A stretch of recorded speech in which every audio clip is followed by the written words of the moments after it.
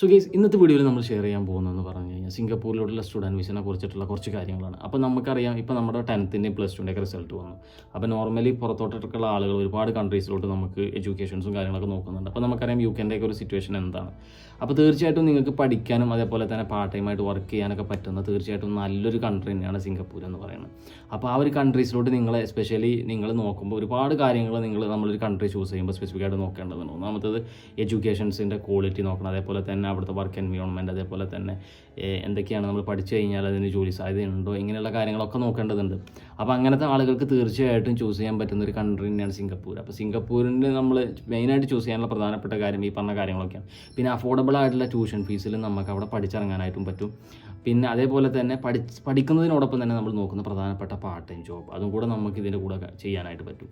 അതേപോലെ തന്നെ സിംഗപ്പൂരിൽ നമുക്ക് അവൈലബിൾ ആയിട്ടുള്ള ഒരുപാട് പാർട്ട് ടൈം കോഴ്സ് ഇപ്പോൾ കറൻ്റ് അവൈലബിൾ ആയിട്ടുണ്ട്. അതേപോലെ തന്നെ നമുക്ക് ഫുൾ ടൈം കോഴ്സസ് ഉണ്ട്. അപ്പോൾ നിങ്ങൾക്ക് പഠിക്കാനായിട്ട് നിങ്ങൾക്ക് അതേപോലെ തന്നെ അവൈലബിൾ ആയിട്ടുള്ള കോഴ്സ് എന്ന് പറയുമ്പോൾ നിങ്ങൾക്ക് ഹോസ്പിറ്റാലിറ്റി, ഏവിയേഷൻ, ലോജിസ്റ്റിക്, അതേപോലെ തന്നെ ഫുഡ് ടെക്നോളജി, ഇങ്ങനെയുള്ള ഒരുപാട് കോഴ്സുകൾ അവൈലബിൾ ആണ്. അതേപോലെ തന്നെ ഇനി ഈവൺ നിങ്ങൾ ഈ പറഞ്ഞ പോലെ ഒരു ഇയർ ഗ്യാപ്പൊക്കെ ഉള്ള ആളാണ്, അപ്പോൾ കുറേ കാലത്തേക്ക് നിങ്ങളിപ്പോൾ എന്താ പറയുക ഗ്യാപ്പൊക്കെ ഉള്ള ആളാണെന്നുണ്ടെങ്കിൽ തീർച്ചയായിട്ടും അങ്ങനത്തെ ആളുകൾക്ക് പോലും പഠിക്കാനായിട്ട് പറ്റും. അതൊന്നും ഒരു ബുദ്ധിമുട്ടുള്ള കാര്യമല്ല. അതേപോലെ തന്നെ നിങ്ങൾക്ക് IELTSൻ്റെ ആവശ്യം വരുന്നില്ല എന്നുള്ളതാണ്. അപ്പോൾ നോർമലി കുറേ ആളുകൾ ചോദിക്കും IELTS വേണം, അപ്പോൾ IELTS നിങ്ങൾക്ക് വേണ്ട എന്നുള്ളതാണ്. അതേപോലെ തന്നെ നിങ്ങൾക്ക് വിസ കിട്ടിയതിന് ശേഷം മാത്രം നിങ്ങൾ എന്ത് ചെയ്യുന്നത് പേയ്മെൻറ്റ് അടച്ചാൽ മതി എന്നുള്ളതാണ്. അതേപോലെ തന്നെ ഡയറക്റ്റ് നിങ്ങൾ യൂണിവേഴ്സിറ്റീസിലോട്ട് ഫീസ് അടക്കുകയാണ് ചെയ്യുന്നത്. അതേപോലെ തന്നെ നിങ്ങൾക്ക് ഒരു 1 മന്തിനുള്ളിൽ തീർച്ചയായിട്ടും എന്താൻ പറ്റും കയറി പോകാനായിട്ട് പറ്റുന്നതാണ്. പിന്നെന്ന് പറഞ്ഞു കഴിഞ്ഞാൽ നമുക്ക് വിസക്ക് അപ്ലൈ ചെയ്യാനുള്ള ഡോക്യുമെൻറ്റും കാര്യങ്ങളൊക്കെ നിങ്ങൾ സ്ക്രീനിൽ കണ്ട് ഇത്രയും ഡോക്യുമെൻറ്റും കാര്യങ്ങളൊക്കെയാണ് നമുക്ക് വിസക്ക് അപ്ലൈ ചെയ്യാനായിട്ട് വരുന്നത്.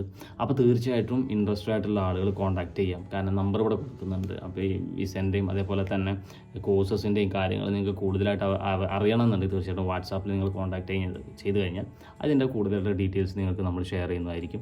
അപ്പോൾ ഇതൊക്കെയാണ് കേസ് ഇന്നത്തെ വീഡിയോയിൽ നമ്മൾ പറയാൻ ഉദ്ദേശിച്ചത്. അപ്പോൾ തീർച്ചയായിട്ടും വീഡിയോ ഒന്ന് ഇഷ്ടപ്പെട്ടെങ്കിൽ തീർച്ചയായിട്ടും നിങ്ങൾ ഷെയർ ചെയ്യുക, സബ്സ്ക്രൈബ്. അതേപോലെ തന്നെ പുറത്തോട്ട് ജോലിക്ക് നോക്കുന്നത്, അതുപോലെ തന്നെ സ്റ്റഡീസിന് നോക്കുന്ന നിങ്ങളുടെ ഫ്രണ്ട്സോ ആരെങ്കിലും ഒക്കെ ഉണ്ടെന്നുണ്ടെങ്കിൽ തീർച്ചയായും വീഡിയോ നിങ്ങൾ അവർക്കും കൂടെ ഷെയർ ചെയ്ത് കൊടുക്കുക.